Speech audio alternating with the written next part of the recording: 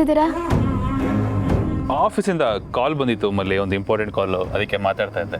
ಅದನ್ನಲ್ಲೇ ಮಾತಾಡ್ಬೋದಿತ್ತಲ್ಲ? ಹಾಂ, ಅಲ್ಲೇ ಮಾತಾಡ್ಬೋದಿತ್ತು. ನೀನು ಮಲಗಿದ್ಯಲ್ಲ ಮಲ್ಲಿ, ನಾನು ಕಾಲಲ್ಲಿ ಮಾತಾಡಿ ಸುಮ್ಮನೆ ನನಗೆ ಡಿಸ್ಟರ್ಬ್ ಆಗೋದು ಯಾಕೆ, ಬಸ್ ರೇಂಗ್ಸ್ ಬೇರೆ, ಅದಕ್ಕೆ ಹೊರಗಡೆ ಬಂದು ಮಾತಾಡ್ತಾ ಇದ್ದೆ. ಅಷ್ಟಕ್ಕೂ ನೀನು ಯಾಕೆ ಬರೋಕ್ಕೋದೆ? ಮಲಿ, ನೀನು ಬಸ್ರಿ ಮಲಿ, ಈ ಥರ ಎಲ್ಲ ನಿದ್ದೆಗೆ ಇಡಬಾರ್ದು. ನಡಿ ಒಳಗಡೆ ಬಾ.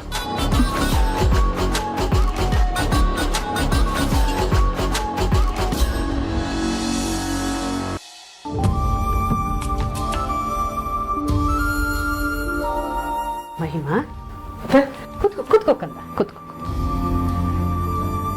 ಕಂದ. ನಿನ್ನ ಸಿಚುಯೇಷನ್ ನಂಗೆ ಚೆನ್ನಾಗಿ ಅರ್ಥ ಆಗುತ್ತೆ. ನಿನ್ನ ಜಾಗದಲ್ಲಿ ಯಾರೇ ಇದ್ರು, ಯಾರೇ ಯಾಕೆ ನಾನೇ ಇದ್ರು, ನನಗೆ ಇದೇ ರೀತಿ ಫೀಲ್ ಆಗ್ತಾ ಇತ್ತು. ನಾವು ಹಚ್ಕೊಂಡವರು, ತುಂಬ ಇಷ್ಟಪಡೋರು ನಮ್ಮನ್ನು ಇಗ್ನೋರ್ ಮಾಡ್ತಾ ಇದ್ದಾರೆ, ನೆಗ್ಲೆಕ್ಟ್ ಮಾಡ್ತಾ ಇದ್ದಾರೆ ಅನ್ನಿಸ್ದಾಗ ಮನಸ್ಸಿಗೆ ತುಂಬ ಬೇಜಾರಾಗುತ್ತೆ. ಬರ್ತ್ಡೇ ದಿನ ದಿನ ಬರುತ್ತಾ? ವರ್ಷಕ್ಕೊಂದ್ಸಲಿ ಬರೋದು ತಪ್ಪೇ. ಜೀವ ಈ ಥರ ಮಾಡಬಾರ್ದಿತ್ತು, ತಪ್ಪು ಮಾಡಿದ್ದಾನೆ. ಅಷ್ಟಕ್ಕೂ ನಾವು ಟೈಮ್ ಕೊಡು ಅಂತ ಹೇಳ್ತಿರೋದು ಯಾರಿಗೆ ಅತ್ತೆ? ನಮಗೆ, ಅಂದರೆ ಮನೆಯವ್ರಿಗೆ ತಾನೆ. ಅವ್ನ ಮನೆಯವ್ರಿಗೆ ಟೈಮ್ ಕೊಡೋಕ್ಕಾಗಿಲ್ಲ ಅಂದರೆ ಅವ್ನ ಲೈಫಲ್ಲಿ ಏನು ಮಾಡಿ ಏನು ಪ್ರಯೋಜನ ಅತ್ತೆ? ಅವ್ನ ಲೈಫಲ್ಲಿ ಏನೇ ಅಚೀವ್ ಮಾಡಿದ್ರು, ಮೌಂಟ್ ಎವರೆಸ್ಟ್ ಹತ್ತು ಬಂದರೂ ಕೊನೆಗೆ ಬರೋದು ಮನೆಗೆ ಅಲ್ವಾ ಅತ್ತೆ? ಮನೆಗೆ ಬಂದು ಬದುಕೋದು ನಮ್ಮ ಜೊತೆಗೆ ಅಲ್ವಾ? ನಿಜ ಕಂದ, ನೀನು ಹೇಳ್ತಾ ಇರೋದೇ ಕರೆಕ್ಟು. ಮನೆಯವ್ರ ಜೊತೆ ಸಂತೋಷವಾಗಿಲ್ಲದೆ ಹೊರಗಡೆ ನೀನು ಎಷ್ಟು ಸಾಧನೆ ಮಾಡಿದ್ರು ಏನು ಪ್ರಯೋಜನ? ಬೇರೆ ಗಟ್ಟಿಯಾಗಿದ್ರಲ್ವಾ ಮರ ಚೆನ್ನಾಗಿ ಬೆಳೆಯೋದು. ಇದನ್ನೇ ನಾನು ಅವ್ನಿಗೆ ಎಷ್ಟು ಸಲ ಹೇಳಿದ್ದೀನಿ ಗೊತ್ತಾ ಅತ್ತೆ? ಬಟ್ ಅದು ಅವ್ನಿಗೆ ಅರ್ಥ ಆಗ್ತಿಲ್ಲ. ಅವ್ನ ಸಕ್ಸಸ್ಸು, ಕೆಲಸ, ನೇಮು, ಫೇಮು, ವರ್ಕ್ ಪ್ರೆಷರ್ ಅದೇನೇ ಇರಲಿ, ಕೊನೆಗೆ ಫ್ಯಾಮಿಲಿ ಲೈಫ್ ಅಷ್ಟೇ ಅಲ್ವಾ ಅತ್ತೆ ಮ್ಯಾಟ್ರ್ ಆಗೋದು. ಒಂದು ಸ್ವಲ್ಪ ಪ್ರೀತಿ ಕೊಟ್ಟರೆ ಸಾಕು ನಮ್ಗಳಿಗೆ. ಅದನ್ನು ಕೊಡೋಕೆ ಟೈಮ್ ಇಲ್ಲ ಅಂದರೆ?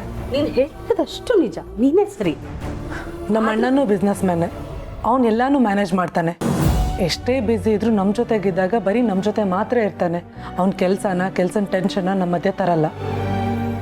ನಮ್ಮ ಕಷ್ಟ ಸುಖ ಕೇಳ್ತಾನೆ, ನಾವು ಹೇಗಿದ್ದೀವಿ ಅಂತ ವಿಚಾರಿಸ್ತಾನೆ. ಬಟ್ ಜೀವ ಹಾಗಲ್ಲ. ಕೆಲಸ ಅಂತ ಬಂದರೆ ಬರೀ ಕೆಲಸ ಅಷ್ಟೇ. ಟೂ ಮಚ್ ವರ್ಕೋಹಾಲಿಕ್ ಆಗಿಬಿಟ್ಟಿದ್ದಾನೆ. ಆ್ಯಕ್ಚುಲಿ ಇದು ಆಲ್ಕೋಹಾಲಿಕ್ಕಿಂತ ಡೇಂಜರಸ್ ಗೊತ್ತಾಗತ್ತೆ.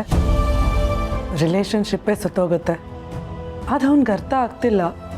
ಆ್ಯಂಡ್ ನನಗೆ ಅದವ್ನಿಗೆ ಹೇಗೆ ಅರ್ಥ ಮಾಡಿಸೋದು ಅಂತಲೂ ಗೊತ್ತಾಗ್ತಾ ಇಲ್ಲ. ಒಂದೊಂದ್ಸಲ ನನಗೆ ಹೇಗೆ ಅನಿಸುತ್ತೆ ಅಂದರೆ, ಅಯ್ಯೋ ಕಂದ, ಇವತ್ತೊಂದು ಒಳ್ಳೆ ದಿನ ಆಗಿ ನೀನು ಇಷ್ಟು ನೊಂದ್ಕೋಬೇಡಮ್ಮ, ಕಣ್ಣಲ್ಲಿ ನೀರು ಹಾಕ್ಬೇಡ. ನೋಡು, ನೀನಿಷ್ಟು ಬೇಜಾರು ಮಾಡಿಕೊಂಡ್ರೆ ನೀನು ನೋಡಿ ಜೀವನೂ ಬೇಜಾರು ಮಾಡ್ಕೋತಾನೆ. ಆಮೇಲೆ ಅವನು ಬೇಜಾರು ಮಾಡ್ಕೊಂಡ ಅಂತ ಮತ್ತೆ ನೀನು ಬೇಜಾರು ಮಾಡ್ಕೋತೀಯ. ನಿಮ್ಮಿಬ್ರಿಗೂ ಬೇಜಾರಾಗಿದೆ ಅಂತ ನಾವೆಲ್ಲರೂ ಬೇಜಾರು ಮಾಡ್ಕೋತೀವಿ. ಮನೆ ವಾತಾವರಣನೇ ಒಂಥರ ಆಗೋಗುತ್ತೆ.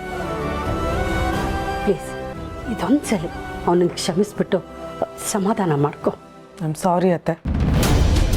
ನೀವೇನೇ ಹೇಳಿದ್ರು ನನಗೆ ಈ ವಿಷಯದಲ್ಲಿ ಸಮಾಧಾನ ಮಾಡ್ಕೊಳಕ್ಕೆ ಆಗ್ತಿಲ್ಲ.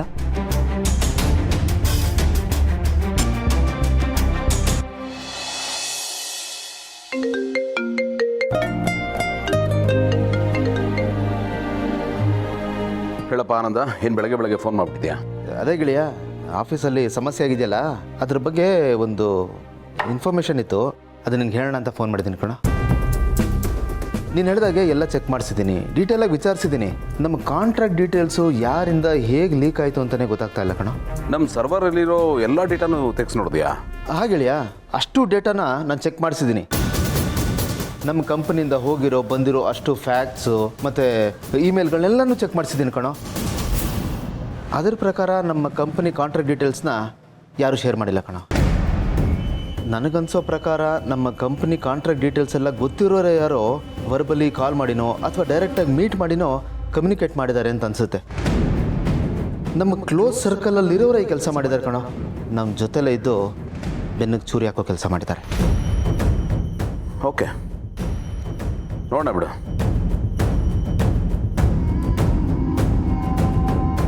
ಜೈ ಬೈಲಿ. ಎಸ್ ಬ್ರೋ, ನಿನ್ನ ಹತ್ರ ಒಂದು ಇಂಪಾರ್ಟೆಂಟ್ ವಿಷಯ ಮಾತಾಡಬೇಕು. ಕೂತ್ಕೋ. ಏನಾಯ್ತು ಬ್ರೋ, ಟೆನ್ಷನಲ್ಲಿ ಇದೆಯಾ? ವಿಷಯನೇ ಆಗಿದೆ. ನಮ್ಮ ಕಂಪನಿಗೆ ಸೇರಬೇಕಾಗಿರೋ ಟೆಂಡರು ಲಾಸ್ಟ್ ವೀಕು ಬೇರೆಯವ್ರ ಪಾಲಾಗಿದೆ. ನಿಂಗೆ ಆ ವಿಷಯ ಗೊತ್ತಲ್ವಾ? ಎಸ್ ಬ್ರೋ, ಗೊತ್ತಾಯಿತು. ಆಫೀಸಿಂದ ಕಾಲ್ ಬಂದಿತ್ತು. ಮತ್ತು ಇದನ್ನು ನನ್ನ ಹತ್ರ ಯಾಕೆ ಡಿಸ್ಕಸ್ ಮಾಡಲಿಲ್ಲ ನೀನು? ಜೈ ನಿನ್ನೆ ಕೇಳ್ತಾ ಇರೋದು ಯಾಕೆ ಡಿಸ್ಕಸ್ ಮಾಡಲಿಲ್ಲ ಅಂತ. ನೀನು ಮತ್ತು ಆನಂದ್ ಬ್ರೋ ಇಬ್ಬರು ಇದ್ದೀರಲ್ಲ, ನೀವು ಮ್ಯಾನೇಜ್ ಮಾಡ್ತೀರಾ ಅಂತ ನಾನು ಸುಮ್ಮನಾಗ್ಬಿಟ್ಟೆ. ಹೀಗಾದರೆ ಹೇಗೆ ಜೈ? ನಾಳೆ ಈ ಕಂಪ್ನಿ ನೀನೇ ನೋಡ್ಕೋಬೇಕಾಗ್ಬೋದು, ಅಥವಾ ನೀನೇ ಒಂದು ಹೊಸ ಕಂಪ್ನಿ ಶುರು ಮಾಡ್ಬೋದು. ಸೊ ಇಂಥ ಸಿಚುವೇಶನ್ ಬಂದರೆ ಹೇಗೆ ಹ್ಯಾಂಡಲ್ ಮಾಡಬೇಕು ಅಂತ ನಿನಗೆ ಗೊತ್ತಿರಬೇಕಲ್ವಾ? ನಾನು ಆನಂದ್ ಎಲ್ಲ ಸರಿ ಮಾಡ್ತೀವಿ ಅಂದರೆ ನಿನಗೆ ಗೊತ್ತಾಗೋದು ಯಾವಾಗ? ನೀನು ಬೆಳೆಯೋದು ಯಾವಾಗ? ನೀನು ಗಮನ ಹರಿಸ್ಬೇಕಲ್ವಾ? ನಿನಗೂ ಎಲ್ಲ ಗೊತ್ತಿರಬೇಕಲ್ವಾ? ಶೋರ್ ಬ್ರೋ, ಸಾರಿ. ಇನ್ನು ಮೇಲೆ ಇಂಥ ವಿಚಾರಗಳಲ್ಲಿ ಪ್ರಾಮಿಸ್ ನಾನು ಆ್ಯಕ್ಟಿವಾಗಿ ಪಾರ್ಟಿಸಿಪೇಟ್ ಮಾಡ್ತೀನಿ. ಅದು ನೀನು ಆಲ್ರೆಡಿ ಇದೇ ಟೆನ್ಷನಲ್ಲಿರ್ತೀಯ, ಅದ್ರ ಮೇಲೆ ಮತ್ತೆ ನಾನು ಅದೇ ವಿಷಯ ತೆಗೆದು ಎಕ್ಸ್ಟ್ರಾ ಟೆನ್ಷನ್ ಕೊಡೋದು ಯಾಕೆ ಅಂತ ಸುಮ್ಮನಾಗ್ಬಿಟ್ಟೆ. I am really sorry bro. It's okay. ನನಗೂ ನೀನು ಇಂಟೆನ್ಷನ್ ಅರ್ಥ ಆಗಲಿಲ್ಲ. I'm sorry. ನೀನು ಯಾಕೆ ಸಾರಿ ಕೇಳ್ತೀಯ ಬ್ರೋ? ನೀನು ಹೇಳೋದು ನಾನು ನೋಡೋದಕ್ಕೆ ಅಲ್ವಾ? ನನಗೇನು ಬೇಜಾರಿಲ್ಲ. ಪ್ಲೀಸ್ ರಮ್ಮ. ಹೋಗು. ಆಫೀಸಲ್ಲಿ ಆಗಿರೋದ್ರಿಂದ ಜಯದೇವ್ ಅವ್ರ ಕೈವಾಡ ಏನಾದರೂ ಇರ್ಬೋದಾ?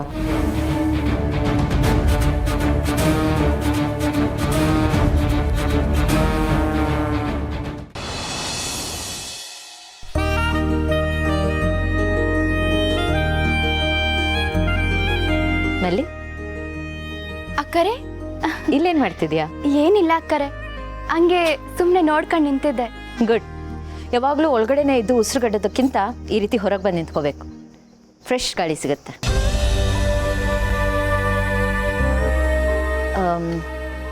ಮಲ್ಲಿ, ನಾನು ನಿನ್ಗೊಂದು ಕೇಳ್ಬೋದಾ? ಅಯ್ಯೋ, ಒಂದಿನ ಕರೆ 1000 ಕೇಳಿ ಹೇಳ್ತೀನಿ. ಜಯದೇವ್ ಅವರು ನಿನ್ನನ್ನು ಈಗ ಹೇಗೆ ನೋಡ್ಕೋತಿದ್ದಾರೆ? ನಿನ್ನ ಜೊತೆ ಹೇಗಿದ್ದಾರೆ? ಸಾನೆ ಚೆನ್ನಾಗವ್ರೆ, ಸಾನೆ ಸಂದಾಗ ನೋಡ್ಕಂತವ್ರೆ. ನೀನು ಮಲ್ಲಿಯಲ್ಲ, ಮಲ್ಲಿಗೆ ಹೂವು. ನೀನು ಹೂವಿನ ಥರ ಸೂಕ್ಷ್ಮ, ನಿನ್ನ ಹೂವಿನ ಥರನೇ ನೋಡ್ಕೊಬೇಕು ಅಂತ ಏನೇನೋ ಹೇಳ್ತಿರ್ತಾರೆ. ಅವರು ನನ್ನ ನಿರೀಕ್ಷೆಗೂ ಮೀರಿ ಬದಲಾಗವ್ರೆ ಅಕ್ಕರೆ. ಅವರಿಷ್ಟೆಲ್ಲ ಬದಲಾಗ್ತಾರೆ ಅಂತ ನನ್ನ ಕನಸ್ನಾಗೂ ಅನ್ಕೊಂಡಿರ್ಲಿಲ್ಲ ಅಕ್ಕರೆ. ಎಲ್ಲ ಒಂದೊಳ್ಳೆ ಕನಸಿನ ಥರ ಅನಿಸ್ತಾ ಐತೆ. ಹೌದಾ? ಅವ್ರನ್ನ ಅಷ್ಟು ಚೆನ್ನಾಗಿ ನೋಡ್ಕೋತಿದ್ದಾರಾ? ಕೇಳ್ತಿರಲ್ಲ, ಅವರು ನಾನು ಎಷ್ಟು ಕಾಳಜಿ ಮಾಡ್ತಾರೆ ಅಂದರೆ ನಾನು ಕೂತಿತ್ತವಿಂದ ಏಳಕ್ಕೆ ಬಿಡಕ್ಕಿಲ್ಲ. ನೀನು ಕೂತಿತ್ತವಳೆ ಕೂತಿರು ಅಂತ ಕೂರಿಸ್ತಾರೆ. ಆಮೇಲೆ ನಾನು ಕೂರ್ಬೇಕಾದ್ರೆ ಏಳ್ಬೇಕಾದ್ರೆ ಅವರೇ ಕೈ ಹಿಡ್ದು ನನ್ನ ಕೂರ್ಸೋದು ಏಳ್ಸೋದು ಎಲ್ಲ ಮಾಡ್ತಾರೆ.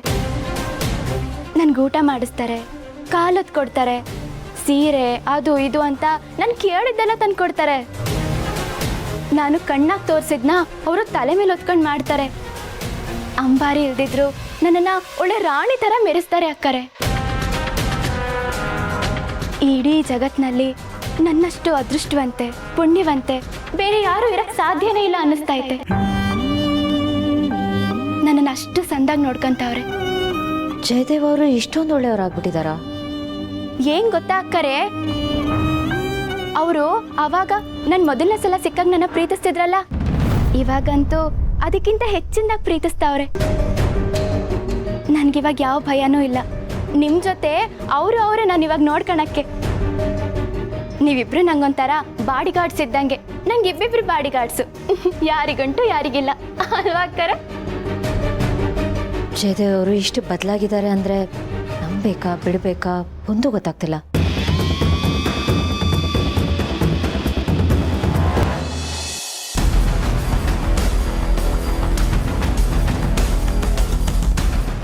ಅನಂತ್, ಏನಾದರೂ ವಿಷಯ ಗೊತ್ತಾಯ್ತಾ?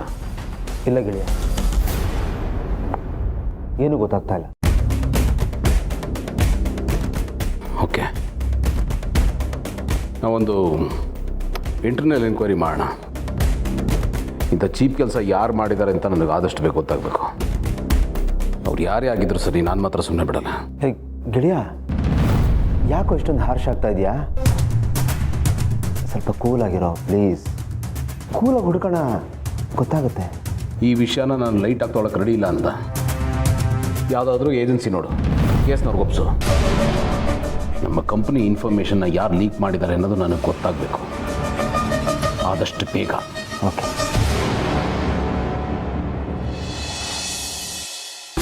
ಗೌತಮ್ ಅವರು ನಮ್ಮ ಕಂಪ್ನಿ ಡೀಲು ಬೇರೆಯವ್ರಿಗೆ ಹೋಗಿರೋದ್ರ ಬಗ್ಗೆ ತುಂಬಾ ಬೇಜಾರು ಮಾಡ್ಕೊಂಡಿದ್ದಾರೆ. ನನಗನ್ಸೋ ಮಟ್ಟಿಗೆ ಇದರ ಹಿಂದೆ ಜಯದೇವ್ ಅವರೇ ಇದ್ದಾರೆ.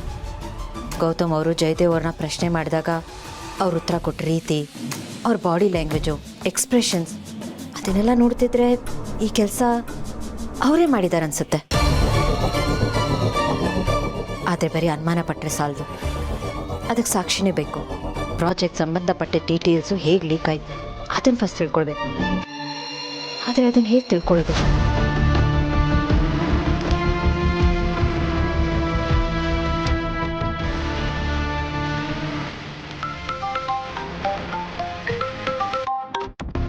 ಅಮ್ಮ ಹೇಳು. ಕಂದ, ಏನಿಲ್ಲ, ಪುರ್ಸೊತ್ತು ಮಾಡಿಕೊಂಡು ಒಂದು ಸ್ವಲ್ಪ ಮನೆ ಹತ್ರ ಬರೋಕ್ಕಾಗತ್ತಾ? ಯಾಕಮ್ಮ, ಏನಾಯ್ತು? ಗಂಡ ಹೆಂಡತಿ ಜಗಳನಾ? ಯಾಕೋ ಬರ್ತಡೇ ಅನ್ನೋ ವಿಷಯನೇ ಮರ್ತ್ಬಿಟ್ಟೆ. ನಮ್ಮ ಅಣ್ಣನೂ ಬಿಸ್ನೆಸ್ ಮ್ಯಾನೆ, ಅವನ್ನೆಲ್ಲನೂ ಮ್ಯಾನೇಜ್ ಮಾಡ್ತಾನೆ. ಅವ್ನ ಲೈಫಲ್ಲಿ ಏನೇ ಅಚೀವ್ ಮಾಡಿದ್ರು, ಮೌಂಟ್ ಎವರೆಸ್ಟ್ ಹತ್ತು ಬಂದರೂ ಕೊನೆಗೆ ಬರೋದು ಮನೆಗೆ ಅಲ್ವಾ ಅತ್ತೆ? ಮನೆಗೆ ಬಂದು ಬದುಕೋದು ನಮ್ಮ ಜೊತೆಗೆ ಅಲ್ವಾ? ನೀವೇನೇ ಹೇಳಿದ್ರು ನನಗೆ ಈ ವಿಷಯದಲ್ಲಿ ಸಮಾಧಾನ ಮಾಡ್ಕೊಳಕ್ಕೆ ಆಗ್ತಿಲ್ಲ. ಓ, ಇಷ್ಟೆಲ್ಲ ಆಯ್ತಾ? ಹೌದು ಕಂದ, ನಾನು ಎಷ್ಟು ಮಾತಾಡೋಕ್ಕೆ ಟ್ರೈ ಮಾಡಿದ್ರೂ ಮಹಿಮಾ ಸಮಾಧಾನನೇ ಆಗ್ತಾಯಿಲ್ಲ. ಅದಕ್ಕೆ ನೀನು ಬಂದು ಒಂದ್ಸಲಿ ಮಾತಾಡಿದ್ರೆ ಇಬ್ಬರು ಸ್ವಲ್ಪ ಸಮಾಧಾನ ಆಗ್ತಾರೆ. ಆ್ಯಸ್ ಎ ಫ್ರೆಂಡು ನೀನು ಅವಳಿಗೆ ಅಡ್ವೈಸ್ ಮಾಡಿದ್ರೆ ಅವಳು ನಿನ್ನ ಮಾತು ಕೇಳ್ತಾಳೆ. ಅದಕ್ಕೋಸ್ಕರ ಕಂದ. ಸರಿ, ಬರ್ತೀನಿ. ಸರಿ ಕಂದ, ಓಕೆ, ಥ್ಯಾಂಕ್ ಯು ಮಗಳೇ, ಬಾಯ್.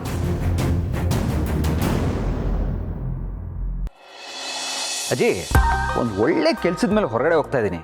ಸಕ್ಸಸ್ಫುಲ್ ಆಗುವಂತ ಆಶೀರ್ವಾದ ಮಾಡಿ. ಆಯ್ತಪ್ಪ, ಒಳ್ಳೇದಾಗ್ಲಿ, ಹೋಗ್ಬಾ ಹೋಗ್ಬಾ. ಬಾಯ್. ಏನು ರೆಡಿ ಆಗ್ಬಿಟ್ಟು ಸವಾರಿ ಎಲ್ಗೋ ಹೊಟ್ಟಾಗಿದೆ? ಅದಕ್ಕೆ ಒಂದು ಇಂಪಾರ್ಟೆಂಟ್ ಕೆಲಸದ ಮೇಲೆ ಹೋಗ್ತಾ ಇದ್ದೀನಿ, ಹೋಗಿ ಬಂದ್ಬಿಡ್ತೀನಿ. ಏನೋ ಇಂಪಾರ್ಟೆಂಟ್ ಕೆಲಸ ಅಂತ ತಿಳ್ಕೊಬೋದಾ? ಅದಕ್ಕೆ ಈಗಾಗಲೇ ಲೇಟ್ ಆಗೋಯ್ತು. ಅದಕ್ಕೆ ಹೋಗಿ ಬಂದ್ಮೇಲೆ ಅದ್ರ ಬಗ್ಗೆ ಡೀಟೇಲ್ ಆಗಿ ಹೇಳ್ತೀನಿ. ಓಕೆನಾ? ಬಾಯ್ ಬಾಯ್ ಬಾಯ್, ಹುಷಾರು. ಯಾ ಅಜ್ಜಿ, ನಾನು ಅಮ್ಮ ಮನೆಗೆ ಹೋಗಿ ಬರ್ತೀನಿ. ಏನು ಸಮಾಚಾರ? ಮೊನ್ನೆ ತಾನೇ ಹೋಗಿ ಬಂದೆ, ಈಗೇನು ದಿಢೀರಂತ? ಅದು ಅಜ್ಜಿ, ವಿಷಯ ಏನು ಅಂದರೆ ಜೀವ ಮತ್ತು ಮಹಿಮಾ ಮಧ್ಯೆ ಏನೋ ಮಾತುಕತೆ ಆಗಿದೆ ಅಂತೆ. ಅವರಿಬ್ರು ಯಾವುದೋ ಕಾರಣಕ್ಕೆ ಅಪ್ಸೆಟ್ ಆಗಿದ್ದಾರಂತೆ. ಹೌದಾ? ಅರೆ, ಚಿಂತೆ ಪಡೋಂಥ ವಿಷಯ ಏನಿಲ್ಲ. ಇರುತ್ತಲ್ಲ ಗಂಡ ಹೆಂಡತಿ ಮಧ್ಯ ಚಿಕ್ಕ ಪುಟ್ಟ ಮನಸ್ತಾಪ ಅಷ್ಟೇ. ನಾನೆಲ್ಲೋ ಏನಾಯ್ತು ಅಂತ ಗಾಬರಿ ಆಗ್ಬಿಟ್ಟಿದ್ದೆ. ಗಾಬರಿ ಪಡೋಂಥದ್ದು ಏನೂ ಇಲ್ಲ ಅಜ್ಜಿ. ಆದರೂ ವಿಷಯ ಹಾಗೆ ಬಿಟ್ಟರೆ ದೊಡ್ಡದಾಗ್ಬೋದಲ್ಲ, ಅದಕ್ಕೆ ಸಂಧಾನ ಮಾಡೋಕೆ ಯಾರಾದರೂ ಬೇಕಲ್ವಾ? ಅದಕ್ಕೆ ನಾನು ಹೋಗ್ತಿದ್ದೀನಿ. ಅದಕ್ಕೆ ನೀನು ಪಂಚರ್ ಹಾಕಕ್ಕೆ ಹೋಗ್ತಾ ಇದೀಯ. ಆಯ್ತಾಯ್ತು, ಸರಿಯಾಗಿ ರಿಪೇರಿ ಮಾಡ್ಬಿಟ್ಬಾ. ಸರಿ ಅಜ್ಜಿ. ಅಜ್ಜಿ, ಹಾಗೆ ಮಲ್ಲಿನ ಸ್ವಲ್ಪ ಹುಷಾರಾಗಿ ನೋಡ್ಕೊಳ್ಳಿ. ಅದೆಲ್ಲ ನನಗಾಗಲ್ಲಪ್ಪ. ಅಜ್ಜಿ, ಏ ಹುಚ್ಚಿ, ಹೋಗು. ನಾನು ನೋಡ್ಕೊಳ್ದೇ ಇರ್ತೀನಾ? ನೋಡ್ಕೊತೀನಿ, ಹೋಗು. ಸರಿ, ನಾನು ಆಗ ಕಾಲ್ ಮಾಡ್ತೀನಿ. ಆಯ್ತು. ಕಾಲ್ ಮಾಡ್ತೀನಿ ಅಂತ ನೆನಪಾಯ್ತು ನೋಡಿ. ನಿಮಗೆ ಟೈಮ್ ಪಾಸ್ ಮಾಡಬೇಕು ಅಂದರೆ ಟಿ ವಿ ನೋಡಿ, ಇಲ್ಲ ಒಂದೆರಡು ಪುಸ್ತಕ ಓದಿ. ಆ ಫೋನಲ್ಲೇ ಮುಳುಗೋಗ್ಬೇಡಿ. ಆಮೇಲೆ ನಿಮಗೆ ಕತ್ ನೋವು ಬರುತ್ತೆ, ಕಣ್ಣು ನೋವು ಬರುತ್ತೆ, ತಲೆನೋವಿಂದ ರಾತ್ರಿ ಎಲ್ಲ ಒದ್ದಾಡ್ತೀರಾ. ಫೋನ್ ನೋಡಬೇಡಿ ಜಾಸ್ತಿ, ಸರಿನಾ? ಆಯ್ತು ಮೇಡಮ್, ನೀವು ಹೇಳ್ದಾಗೆ ಮಾಡಿ. ಹುಷಾರು. ಆಯ್ತು, ಬರ್ತೀನಿ. ಹೋಗುವ. ಏನು ಹುಡುಗಿಯಪ್ಪ, ಈಗ ಆಗ್ಲೇ ಮುದುಕಿ ಆಗ್ತಾ ಇದ್ದಾಳೆ. ಹಾಂ, ಅದು ನೋಡಬೇಡಿ, ಇದು ನೋಡಬೇಡಿ, ಹಂಗೆ ಕೂತ್ಕೋಬೇಡಿ, ಇಲ್ಲಿ ಕೂತ್ಕೋಬೇಡಿ. ಅಬ್ಬಬ್ಬಬ್ಬಬ್ಬಬ್ಬಬ್ಬ, ಏನು ತಿಳುವಳಿಕೆ. ಅದಕ್ಕೆ ಈ ಹುಡುಗಿ ನನಗೆ ತುಂಬ ಇಷ್ಟ ಆಗಿರೋದು. ನಮ್ಮ ಗುಂಡುಗಂತೂ ಹೇಳಿ ಮಾಡಿಸಿದ ಜೋಡಿ. ದೇವ್ರೇ, ಇವ್ರನ್ನ ಚೆನ್ನಾಗಿಟ್ಟಿರಪ್ಪ.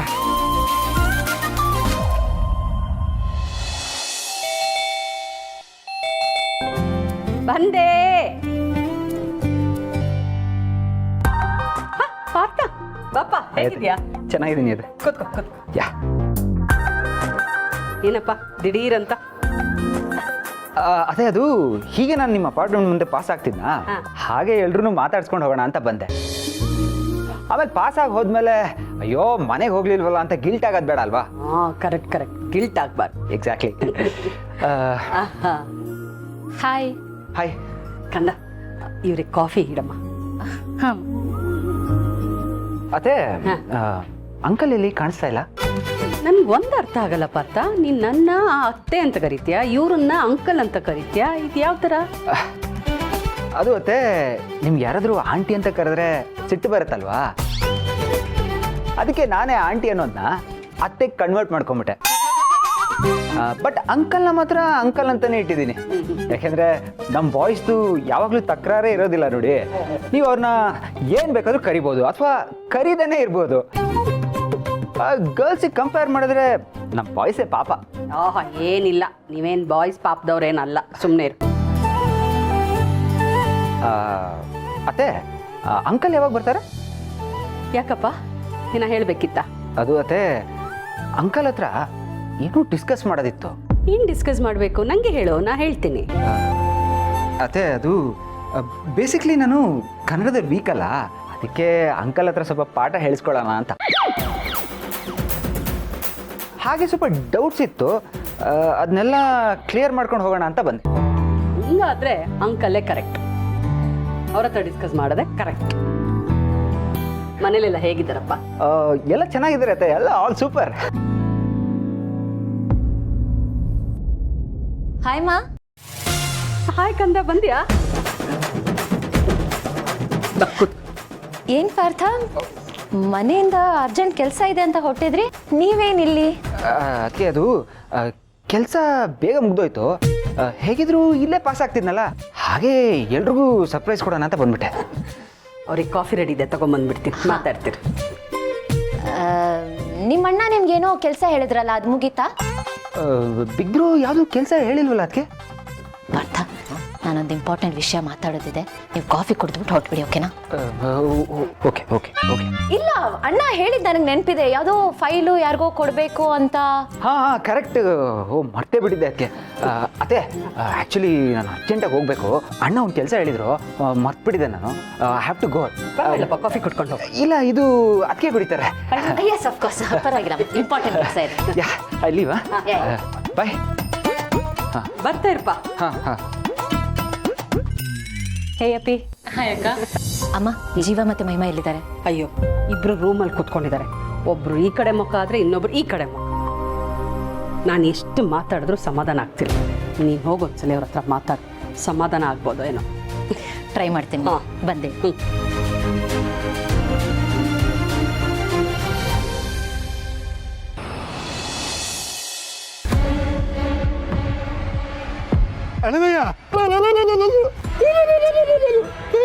ಸುಮ್ಮನಿರಮ್ಮ, ಯಾಕಂಗೆ ಬಾಯ್ ಬಡ್ಕೋತಾ ಇದ್ಯಾ? ಅಳಿಮಯ್ಯ, ನಮ್ಮ ಸಮಾಧಿಗೆ ಶಂಕುಸ್ಥಾಪನೆ ಕೆಲಸ ಸದ್ದಿಲ್ದಂಗೆ ನಡೆದು ಹೋಗಿದೆ. ಶಂಕುಸ್ಥಾಪನೆ ಹಾಗಂದ್ರೇನು? ಅಯ್ಯೋ ದೇವ್ರೆ, ಈಗಿನ ಕಾಲದ ಹುಡುಗರಿಗೆ ಕನ್ನಡನೂ ಸರಿ ಬರಲ್ಲ. ಶಂಕುಸ್ಥಾಪನೆ ಅಂದರೆ ಓಪನಿಂಗ್ ಸೆರೆಮನಿ ಇದ್ದ ಹಾಗೆ, ಈ ಅಡಿಗಲ್ ಹಾಕೋದು ಅಂತಾರಲ್ಲ ಆ ಥರ. ನಮ್ಮ ಕಾಲ್ ಕೆಳಗಡೆ ಬಾಂಬ್ ಬಿಡುವಂಥ ಕೆಲಸ ಸದ್ದಿಲ್ದಂಗೆ ಆಗೋಗಿದೆ ಅಳಿಮಯ್ಯ. ಅದು ಯಾವಾಗ ಡಮ್ ಅನ್ನೋತೋ ಗೊತ್ತಿಲ್ಲ ಅಷ್ಟೇ. ಏನು ಮಾತಾಡ್ತಿದ್ಯಾ ಮಾಮ್? ಪ್ಲೀಸ್, ಏನು ಹೇಳಬೇಕು ಅದನ್ನು ಕರೆಕ್ಟಾಗಿ ಹೇಳು. ಸಸ್ಪೆನ್ಸ್ ಕ್ರಿಯೇಟ್ ಮಾಡಿ ತಲೆಗೆ ಹುಳ ಬಿಡಬೇಡ. ತಲೆಯಲ್ಲಿ ಆಲ್ರೆಡಿ ಬೇಜಾನ್ ಹುಳ ಇದೆ, ಅದನ್ನು ಮೇಂಟೈನ್ ಮಾಡೋಕ್ಕೆ ಸಾಯ್ತಾ ಇದ್ದೀನಿ ನಾನು. ಅಯ್ಯೋ ಅಳಿಮಯ್ಯ, ಆಫೀಸಲ್ಲಿ ಅಷ್ಟು ಆಯ್ತಲ್ಲ, ಅದನ್ನು ನಿಮ್ಮ ಅಣ್ಣ ಇಂಟರ್ನಲ್ ಎನ್ಕ್ವೈರಿ ಶುರು ಮಾಡಿದ್ದಾನೆ. ಅಷ್ಟು ಸಾಲದು ಅಂತ ಆ ಕೇಸನ್ನು ಒಂದು ಏಜೆನ್ಸಿಗೂ ವಹಿಸಿದ್ದಾನೆ. ಒಂದು ಕಡೆಯಿಂದ ನಿನ್ನ ಅಣ್ಣ, ಇನ್ನೊಂದು ಕಡೆ ಏಜೆನ್ಸಿ, ಎರಡೂ ಕಡೆಯಿಂದ ಬಂದು ಗುಮ್ತಾರೆ. ಗುಮ್ಮಿಸ್ಕೊಳ್ಳೋಕೆ ರೆಡಿಯಾಗಿರು. ಏನು ಹೇಳ್ತಿದ್ಯಾ ಮನಸ್ ನೀನು? ಹೂ ಕಡು, ನಿನ್ನ ಅಣ್ಣ ಇದನ್ನು ತುಂಬ ಸೀರಿಯಸ್ ಆಗಿ ತಗೊಂಡಿದ್ದಾನೆ. ಅವನು ಯಾವುದನ್ನು ಬೇಕಾದರೂ ಸಹಿಸ್ಕೋತಾನೆ. ಅದರ ನಂಬಿಕೆ ದ್ರೋಹನ ಯಾವತ್ತೂ ಕ್ಷಮಿಸಲ್ಲ. ಅವನ ಹತ್ರ ಇದಕ್ಕೆ ಯಾವತ್ತೂ ಕ್ಷಮೆ ಇರಲ್ಲ, ಇದನ್ನು ತಿಳ್ಕೊಂಡಿರು. ಅವನ ಸಹನೆ ಎಷ್ಟು ದೊಡ್ಡದು, ಕೋಪ ಅಷ್ಟೇ ಕೆಡ್ದಾಗಿರುತ್ತೆ ಅಳಿಮಯ್ಯ. ಈಗ ಅವರು ಬುಡ ಸಮೇತ ಎಲ್ಲ ಆಚೆ ಆಗ್ತಾರೆ. ನಿನ್ನ ಬೆನ್ನಿಂದ ಇಷ್ಟೆಲ್ಲ ನಡೀತಿದ್ರು ಅದರ ಅರಿವಿಲ್ಲದೆ ಆರಾಮಾಗಿದೆಯಲ್ಲೋ. ಕಳ್ತನ ಮಾಡೋನು ಯಾವಾಗಲೂ ಮೈ ತುಂಬ ಕಣ್ಣಾಗಿರ್ಬೇಕು. ಇದರ ಸೂಕ್ಷ್ಮತೆ ಅರಿವೇ ನಿನಗಿಲ್ವಲ್ಲ ಅಳಿಮಯ್ಯ. ನೀನು ಯಾಕೆ ಮಾಮ್ಸ್ ಇಷ್ಟೊಂದು ಟೆನ್ಷನ್ ಆಗ್ತಿದ್ಯಾ? ಕೂಲ್ ಆಗಿರು. ನಾನೇನು ಮೈ ಮರೆತು ಆರಾಮಾಗಿಲ್ಲ, ಮೈಯೆಲ್ಲ ಕಣ್ಣಾಗಿದ್ದೇ ಆರಾಮಾಗಿದ್ದೀನಿ. ಯಾಕೆ ಅಂದರೆ ನಾನು ಮಾಡೋ ಕೆಲಸನ ನೀಟಾಗಿ ಪ್ಲ್ಯಾನ್ ಮಾಡಿದ್ದೀನಿ, ಆ್ಯಂಡ್ ಆ ಪ್ಲ್ಯಾನನ್ನು ಅಷ್ಟೇ ನೀಟಾಗಿ ಎಕ್ಸಿಕ್ಯೂಟಿವ್ ಮಾಡಿದ್ದೀನಿ. ಮಾಮ್, ನಾನು ಅವ್ರನ್ನ ಕಾಂಟ್ಯಾಕ್ಟ್ ಮಾಡಿರೋದಕ್ಕೆ ಯಾವುದೇ ಮೆಸೇಜಸ್ ಆಗಲಿ, ಕಾಲ್ ಹಿಸ್ಟ್ರಿ ಆಗಲಿ, ಮೇಲ್ಸ್ ಆಗಲಿ ಏನೂ ಇಲ್ಲ ಅಮ್ಮ. ಸೊ ನೀನು ಆರಾಮಾಗಿದೆ, ಟೆನ್ಷನ್ ಮಾಡಿಕೊಂಡು ನನಗೂ ಟೆನ್ಷನ್ ಕೊಡ್ಬೇಡ, ಅರ್ಥ ಆಯ್ತಾ? ಕೂಲ್ ಮಾಮ್, ತಂಡ ಕೂಲ್, ತಂಡ ಕೂಲ್. ಏನು ತಂಡ ಕೂಲ್, ತಂಡ ಕೂಲ್, ತಂಡ ಕೂಲ್. ಸಿಕ್ತು ಬಿತ್ತರೆ ತಂಡ ಹೊಡೆದೋಗ್ತೀಯ ಅಳಿಮಯ್ಯ. ಸಿಕ್ ಬಿದ್ರೆ ತಾನೇ ಮಾಮ್. ಯಾರು ಸಿಕ್ಬೀಳೋರೀಗ? ಮಾಮ್, ಯಾವುದೋ ಏಜೆನ್ಸಿ ಅಲ್ಲ, CBIನೇ ಬಂದ್ರು ಈ ಕೆಲಸ ನಾನೇ ಮಾಡಿರೋದು ಅಂತ ಕಂಡಿಡಿಯಕ್ಕೆ ಚಾನ್ಸೇ ಇಲ್ಲ. ಯಾರಿಗೆ ಆಗಲಿ ಎವಿಡೆನ್ಸ್ ಬೇಕಲ್ವಾ ಮಾಮ್? ಅದೇ ಇಲ್ಲ ಅಂದರೆ ಯಾರು ತಾನೇ ನನ್ನನ್ನು ಏನು ಮಾಡೋಕ್ಕಾಗುತ್ತೆ? So don't worry, take it easy. ನೀನೇ ಯೋಚನೆ ಮಾಡು, ನನಗಾಗಲಿ ಆ ಇನ್ನೊಂದು ಪಾರ್ಟಿಗಾಗಲಿ ಯಾವುದೇ ರೀತಿ ಡೈರೆಕ್ಟ್ ಲಿಂಕ್ ಇಲ್ಲ. ನನ್ನ ಕೈಯಿಂದ ಅವ್ರ ಕೈಗೆ ಏನೂ ಟ್ರಾನ್ಸ್ಫರ್ ಆಗಿಲ್ಲ. ಸೊ ನನ್ನ ಅಗೇನ್ಸ್ಟ್ ಯಾವುದೇ ರೀತಿ ಎವಿಡೆನ್ಸ್ ಅವ್ರ ಹತ್ರ ಇಲ್ಲ. ಡೌಟ್ ಬಂದರೆ ತಾನೇ ನಾನು ಸಿಕ್ಬಿಡೋದು. ನನ್ನ ಮೇಲೆ ಯಾವುದೇ ರೀತಿ ಡೌಟೇ ಬಂದಿಲ್ಲ ಅಂದರೆ ಸಿಗಾಕೊಳ್ಳೋದು ಎಲ್ಲಿಂದ ಬಂತು ಮಾಮ್? ಅಷ್ಟಕ್ಕೂ ಇಷ್ಟು ದೊಡ್ಡ ಕೆಲಸನ ಬೇಕಾಬಿಟ್ಟು ಮಾಡಿರ್ತೇನ ಮಾಮ್? ನನಗೂ ಬುದ್ಧಿ ಅನ್ನೋದಿದೆ, ಅದನ್ನು ಉಪಯೋಗಿಸಿರ್ತೇನಲ್ಲ. ಇಷ್ಟು ದಿನ ಬರೀ ಸೋಲ್ತಾ ಬಂದೆ ಅಂತ ನಾನು ಅಂಡರ್ ಎಸ್ಟಿಮೇಟ್ ಮಾಡಬೇಡ ಮಾಮ್. ನೀನು ಒಂದು ಮಾಸ್ ಸಿನಿಮಾದಲ್ಲಿ ಡೈಲಾಗ್ ಇದೆ, ಕೇಳಿರ್ತೀಯ ಅನ್ಕೋತೀನಿ. ಗಾಯಗೊಂಡಿರೋ ಸಿಂಹದ ಉಸಿರು ಅದರ ಗರ್ಜನೆಗಿಂತ ಭಯಂಕರವಾಗಿರುತ್ತೆ ಅಂತ.